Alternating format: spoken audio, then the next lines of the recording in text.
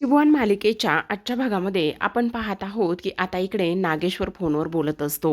हे बघा, काही झाले तरी सुद्धा जो काही माल आहे तो ताबडतोब पोच झाला पाहिजे, नाहीतर तुमची वाट मी लावल्याशिवाय राहणार नाही. तेवढ्यातच गिरिजा आणि रुद्र आलेले असतात. आता रुद्रने हे ओझरतं बोलणं ऐकलेलं असतं आणि त्याचमुळे रुद्र म्हणत असतो, कसला माल आबासाहेब? कोणत्या मालाविषयी तुम्ही बोलत आहात? आता नागेश्वरला खूपच मोठा धक्का बसतो. एवढे दिवस आपण आपल्या मुलापासून एवढ्या सगळ्या गोष्टी लपवून ठेवत आहेत आणि आज ते जे काही सत्य आहे ते इथे समजायला नको असा विचार तो करतो आणि त्याचमुळे मागे वळून पाहतो. आता मागे वळून पाहिल्याबरोबर आपण पाहतो तर काय, इकडे गिरिजा आणि रुद्र दोघेही जण असतात. तेवढ्यातच आता नागेश्वर सावरासावर करतो आणि म्हणत असतो, अहो चिरंजीव, त्याचं काय आहे ना, तुम्हाला सांगू का, आपला उसाचा गाडी हो, आपली उसाची गाडी वेळेवर कारखान्यावर पोहोचायला नको का? तेव्हा रुद्र म्हणत असतो, आबासाहेब असं काय करताय? अहो, कारखानासुद्धा आपलाच आणि गाडी ऊससुद्धा आपलाच, मग एवढं कसले टेन्शन आणि एवढी कसली काळजी घेताय? तेवढ्यातच आता इकडे नागेश्वर म्हणत असतो, अहो चिरंजीव, तुम्हाला कळत नाही का, आता गुळाचे भाव किती वाढलेले आहेत, वेळेस सगळ्या गोष्टी झालेल्या बऱ्या असतात की नाही? तेव्हा लगेच आता इकडे तो म्हणत असतो, हो बघा ना गिरिजा, तुमच्याकरिता काय घेऊन आलेली आहे. तिने स्वतःच्या हाताने तिळगुळ बनवलेले आहेत. तेव्हा गिरिजा म्हणत असते, अहो रुद्र, असं काय करताय? त्यांना सगळं माहिती आहे. म्हणजे आता ह्या घरामध्ये जे काही करते ना, त्या सगळ्या गोष्टी मीच तर करते, असं गिरिजा मुद्दामच बोलत असते.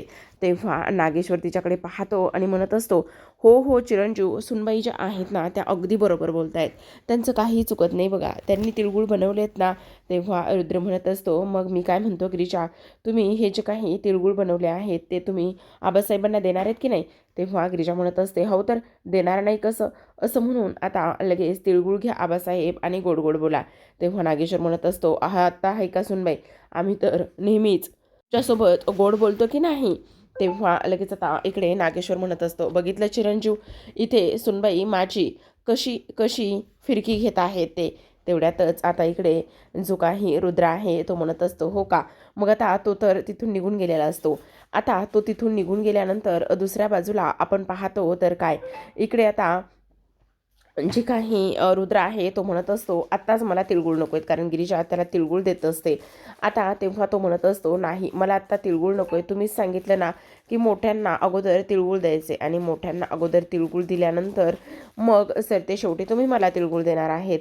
मग चला. तेव्हा गिरिजा म्हणत असते, कुठे जायचं आहे तुम्हाला? चला म्हणतोय ना मी, मग कुठे जायचं आहे, काय करायचं आहे, ह्या सगळ्या गोष्टी मी तुम्हाला नंतर सांगेल. असं म्हणून आता लगेचच तो गिरिजाला हाताला धरतो आणि गिरिजाच्या हाताला धरून तो तिला तिथून घेऊन जात असतो. तेव्हा आपण इकडे पाहतो तर काय, इकडे आता लगेचच जो काही आपला जी काही आपली देवकी आहे, ती देवकी मात्र इथे असते आणि ती म्हणत असते, खरं तर आज एवढे दिवस झाले, एवढी वर्ष झाली मी इथे आहे, मग मला अजून मी तुळजापुरात आलेले आहे, तर तुळजापुरात येऊनसुद्धा मला इकडे कोणी मदत करणारं कसं भेटलं नाही. आई, तू माझी किती परीक्षा पाहणार आहेस गं? मी त्या पोराने सुद्धा मला तिथे घेऊन गेला आणि तिथे घेऊन गेल्यानंतर तिथे सुद्धा तो नागेश्वर होता. मी आणखी काय काय करू आणि काय काय नाही, त्याच गोष्टी मला सुद्धा इथे आता समजत नाहीत.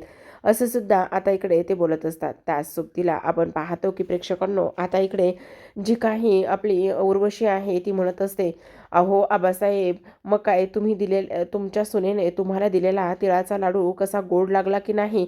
तेव्हा लगेच आता इकडे नागेश्वरच्या हातामध्ये तो तिळाचा लाडू असतो आणि तो म्हणत असतो, आता तिने दिलेला तिळाचा लाडू खायचा की नाही हे आम्ही ठरवणार आहे दीदी, पण तुमचं काय चाललंय? तेव्हा इथे ती म्हणत असते, अहो तुमची सून तुमचा गोड बोलूनच गळा कापत आहे, ते तुम्हाला कळत नाही का? तेव्हा नागेश्वर म्हणत असतो, अहो दीदी, ती काय करते काय नाही ह्या गोष्टी महत्त्वाच्या नाहीत, तुम्ही काहीतरी करणार होतात ना, त्याचं काय झालं? तेव्हा इथे उर्वशी म्हणत असते, हो, तिला तर शांत करण्यासाठी मी तर प्लॅन रचलेलाच आहे, पण एक गोष्ट मात्र तुमच्या लक्षात येते का? तेव्हा नागेश्वर म्हणत असतो, कोणती आणि कसली गोष्ट?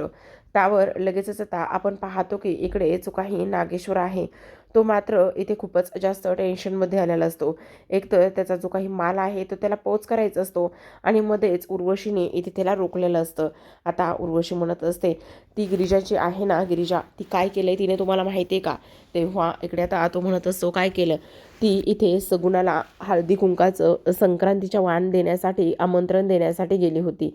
तेव्हा आता तो म्हणत असतो, देऊ देत त्यांना कितीही काहीही कोणालाही आमंत्रण देऊ देत, पण ती सगुणा थोडी ना इथे येणार आहे. ती सगुणा अजिबात इथे येणार नाही.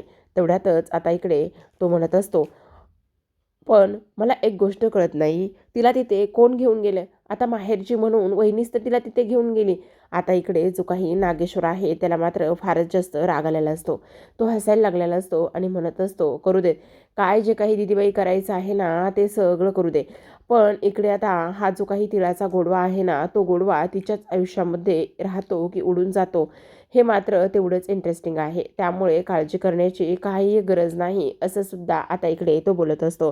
तर आता गिरिजा म्हणत असते, हे बघा रुद्र, आत्ता तुम्ही मला कुठे घेऊन चाललेला आहात? प्लीज मला सोडा ना. तेव्हा रुद्र म्हणत असतो, असं काय करताय? हे बघा, आता आपण जिथे जाणार आहोत ना, तिथे गेल्यानंतर तुम्हाला सुद्धा फारच आनंद होणार आहे. तेवढ्यातच आता माझ्यावर विश्वास ठेवा. आणि तेव्हा लगेच आता रुद्र जो आहे ना, तो इकडे गिरिजाला घेऊन निघालेला असतो. रुद्र गिरिजाला घेऊन निघाल्यानंतर इकडे आता देवकी मंदिरात असते. देवकी विचार करते, हा मुलगा तर पुन्हा इथे येतोय.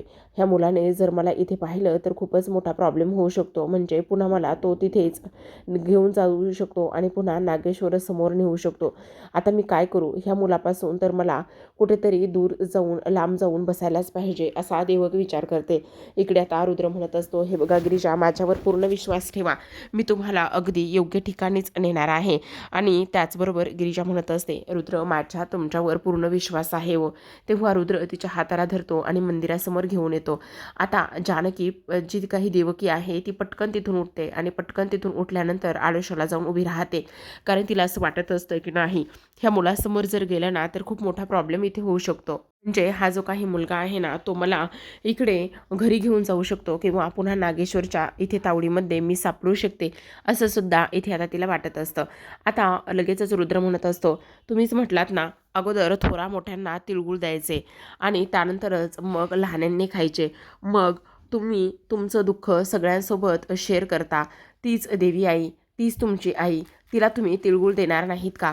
तुमच्या प्रत्येक संकटात ती तुम्हाला साथ देते. मग त्या आईला तुम्ही आज तिळगुळ देणार नाहीत का? असं रुद्र म्हणतो आणि तेव्हा लगेच गिरिजाला भरून आलेलं असतं. गिरिजा पाहतच असते. दुसऱ्या बाजूला आपण पाहतो तर काय, इकडे आता सगुणा अंगणामध्ये बसलेली असते आणि अंगणामध्ये बसूनच ती हलव्याचे दागिने बनवत असते. तेवढ्यातच आता तिथे येतो तो म्हणजेच की आपला श्री, आणि तो म्हणत असतो, काय मग आईसाहेब, आज हे काय करताय तुम्ही? सगुणा म्हणत असते, हो मी करते ना, ऑर्डर पूर्ण करते. पण ही ऑर्डर तुम्हालाच नेऊन द्यायची आहे. का बरं? मी का द्यायची आहे ही ऑर्डर? तेव्हा ती म्हणत असते, द्यायची आहे म्हणजे द्यायची आहे. नाही, मी द्यायला तयार आहे, पण नेहमीच तुम्ही देत असतात ना, म्हणून विचारलं नेमकं काय झालं म्हणून. पण मला एक गोष्ट सांगा, तुमच्याकडे गिरिजा हळदी कुंकवाचं आमंत्रण देण्यासाठी तुमच्याकडे आली होती ना, मग त्याचं काय झालं? तेव्हा लगेच आता इकडे ती म्हणत असते, हो आली होती, पण आल्या पावली तिला मी परत पाठवलं. तेव्हा लगेच आता श्री म्हणत असतो, मग तुमच्या एक गोष्ट लक्षात येते ना, हे बघा, इथे गिरिजाला माहिती होतं की तुम्ही इथे आल्यावर सुद्धा तुम्ही तिचा अपमान करणार आहात, घरात घेणार नाही आहात. पण तरीसुद्धा गिरिजा आलीच ना, तिच्या माहेरचं कोणीतरी हळदी कुंकाला असावं म्हणून ती आली ना. तेव्हा इकडे लगेचच सगुणा म्हणत असते, हो आली ना, पण जेव्हा मी तिला सांगितलं होतं की त्या नागेश्वरची सून होऊ नकोस म्हणून, मग तेव्हा तिने माझं ऐकलं का नाही? आणि त्या नागेश्वरच्या घरामध्ये मी जीव गेला तरीसुद्धा पाऊल ठेवेल का? हे कसं शक्य आहे? त्यावर तो म्हणत असतो, पण त्या नागेश्वरचा आणि गिरिजाच्या हळदी कुंकाचा काय संबंध आहे? तेव्हा इकडे ती म्हणत असते, हे बघ, जास्त आगाऊपणा शिकू नकोस आणि मला अजिबात आगाऊपणाने बोलूसुद्धा नकोस.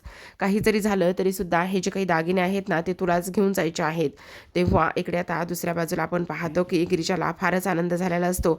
कारण आनंदाचं जे काही आहे कारण ते मात्र रुद्र असतो. आता तो म्हणत असतो, तुम्ही तुमच्या आईला इथे तिळगुळ देणार नाही आहात का? तुम्ही घरामध्ये सगळ्यांना तिळगुळ दिले, सगळ्यांशी गोडगोड बोललात. त्याचबरोबर तुमच्या आईला काय झालं? मग आईला सुद्धा देणार नाही नाही आहात का? तेव्हा गिरिजा मनामध्ये विचार करू लागते. खरं तर इथे जे काही सासूबाई बोललात की त्यांचा मुलगा खरंच लाखात एक आहे. अगदी अगदी रुद्र तसेच आहेत. म्हणजे किती नाही म्हटलं तरीसुद्धा इथे रुद्रला माझ्या त्या सगळ्या गोष्टींची किती काळजी आहे. आणि त्याचबरोबर इथे मी तिळगुळ माझ्या आईला पोच करावे, त्यांना तिला देण्यात यावे, असा रुद्रचा हा विचार आणि हे सगळं मला किती आवडलेलं आहे. त्याचबरोबर रुद्र एक माणूस म्हणून किती चांगले आहेत, ह्या सगळ्या गोष्टीचा ती आता इथे विचार करते. आता इकडे आपण पाहतो तर काय, त्या आईला इथे आता गिरिजाने तिळगुळाचे लाडू दिलेले असतात आणि म्हणत असतात, आई तुझ्यासाठी तिळगुळ घेऊन आली ग, आनंदाने गोड मानून खा ग, असं म्हणून त्या आई नावाच्याच त्या शब्दापुढे खाली तिने ते तिळगुळाचा बाऊल ठेवलेला असतो. आता हे सगळं काही देवकी दुरूनच पाहत असते आणि दुरून पाहत असताना ती म्हणत असते, खरंच आता ह्या पोरीला मला भेटायचंच होतं, तर ह्या पद्धतीने भेटवायचं होतं का? म्हणजे आता जर मी तिच्यासमोर गेली तर मग किती मोठा प्रॉब्लेम होऊ शकतो, असं व्हायला नको आहे. म्हणजे हा मुलगा जो आहे ना, तो सुद्धा मला तिथून घेऊन जाऊ शकतो, असा सुद्धा इकडे आता ती विचार करत असते. तेव्हाच आपण पाहतो की आता प्रेक्षकांनो, इकडे गिरिजाने ते जे काही तिळगुळाचे लाडू आहेत ते तिळगुळाचे लाडू ठेवलेले असतात आणि तिळगुळाचे लाडू ठेवल्यानंतर आता सगळ्यात महत्त्वाचं म्हणजे इथे जी काही आपली देवकी आहे, ती देवकी हे सगळं काही पाहत असते.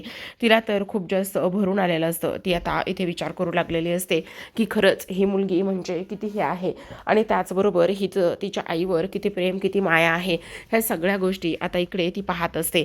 त्याचबरोबर आपण पाहतो तर काय प्रेक्षकांनो, इकडे आता गिरिजा ते पुन्हा रडायला लागलेली असते आणि गिरिजा पुन्हा रडायला लागलेली असताना तेव्हा देवकीला फारच भरून आलेलं असतं आणि देवकीला फार भरून आल्यानंतर इकडे दुसऱ्या बाजूला जी काही आपली उर्वशी आहे ती म्हणत असते, मग आता काय करणार आहात तुम्ही दादासाहेब?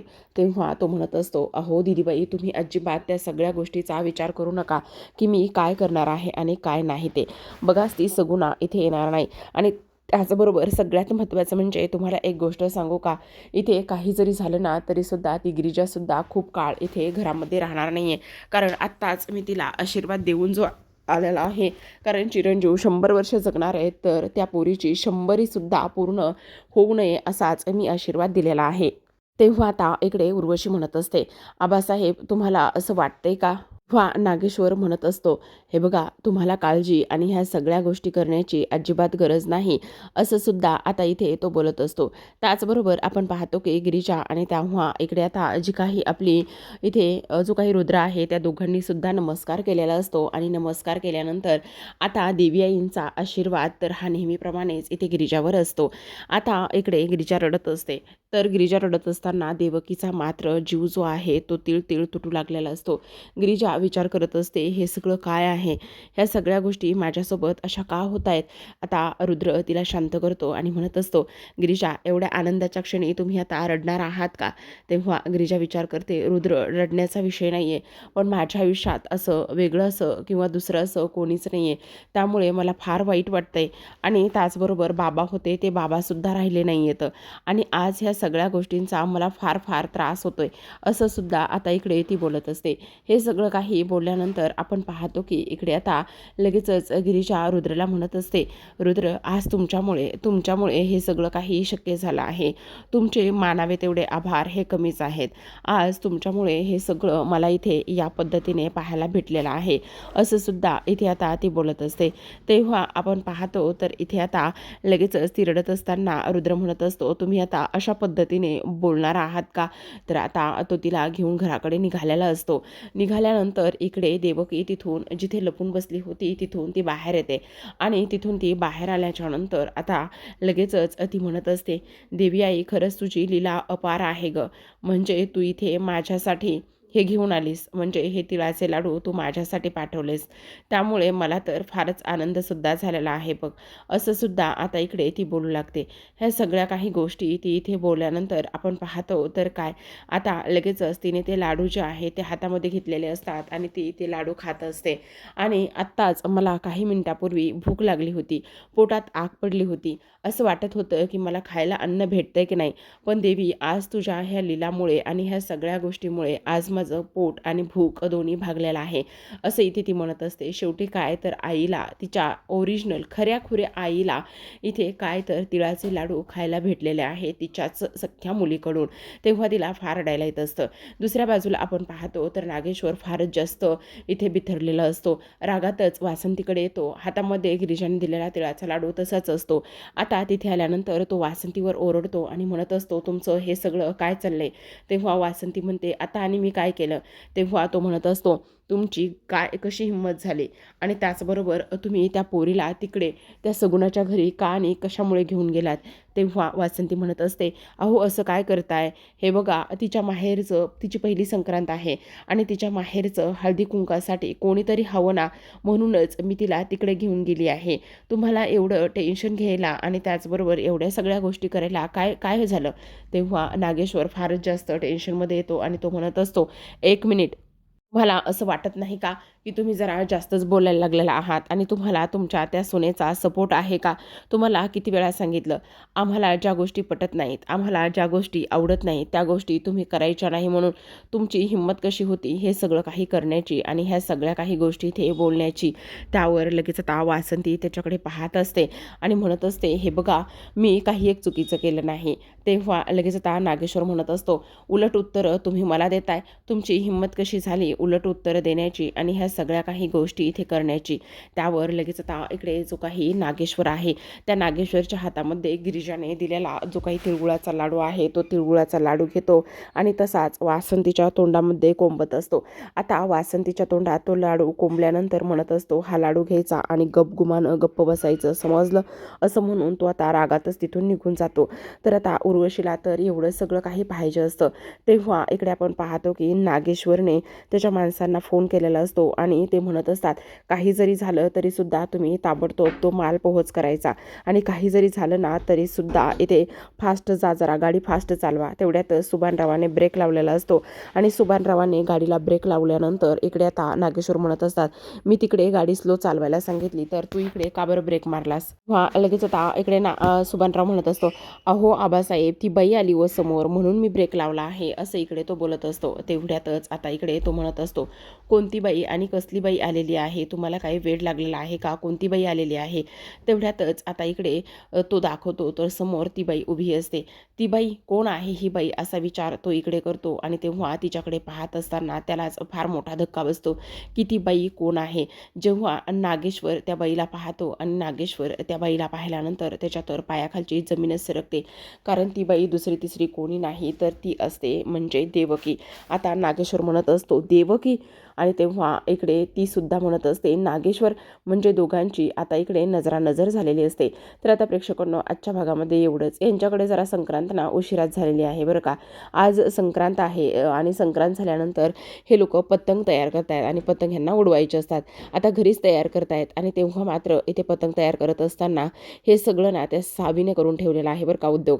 आता गिरिजाचं बोट जे आहे ना तिथे चिकटलं जातं, कारण जो काही ग्लू आहे तो थोडासा टाईट असतो, बहुतेक वेगळा ग्लू वापरलेला असावा, त्यामुळे हे सगळं झालं बरं का. सावीला तर हे सगळं काही पाहिल्यानंतर आनंदच होतो. आता इकडे गिरिजा म्हणत असते, बघा ना हे सगळं काय झालेलं आहे, माझं बोट ना ह्याला चिटकलेलं आहे. तेव्हा जो काही रुद्र आहे तो म्हणत असतो, एक मिनिट हा, मी तुम्हाला ते बोट इथे सैल करून देण्याचा किंवा काढण्याचा प्रयत्न करून देतो, म्हणजे सोडवत असतो ते तिचं बोट.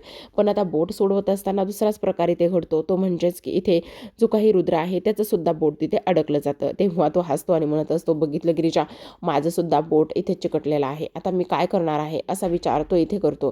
तेव्हा असा विचार केल्यानंतर आता नागेश्वर तिथे आलेला असतो आणि नागेश्वर म्हणत असतो, आता मी काय करतो, इथे थोडासा हा पतंग पेटवतो, आग लावतो, म्हणजे आग लावली का तर एक काम होईल, ते म्हणजेच की ते मेण वितळेल आणि ते मेण वितळल्यानंतर तुमचं जे काही बोट इथे चिकटलेलं आहे ना ते बोट मात्र. तेव्हा तो लगेचच आग लावत असतो. आता आग लावत असताना इकडे त्याच्या हातातलं जे काही कडं आहे ते दिसतं आणि ते कडं दिसल्यानंतर आता इकडे आपण पाहतो तर काय, सगळ्यात महत्त्वाचं म्हणजे ते कडं आणि ते घुंगरू वाजायला लागलेलं असतं आणि ते वाजत असताना आता इकडे गिरिजाला तो सगळा काही भूतकाळ जो आहे तो इथे आठवू लागतो. कशा पद्धतीने लहान असताना ह्याच घुंगराच्या आवाजामुळे आणि ह्याच सगळ्या गोष्टीमुळे तिला त्रास होऊ लागलेला होता. ह्या सगळ्या गोष्टी आता इथे गिरिजाला आठवू लागलेल्या असतात.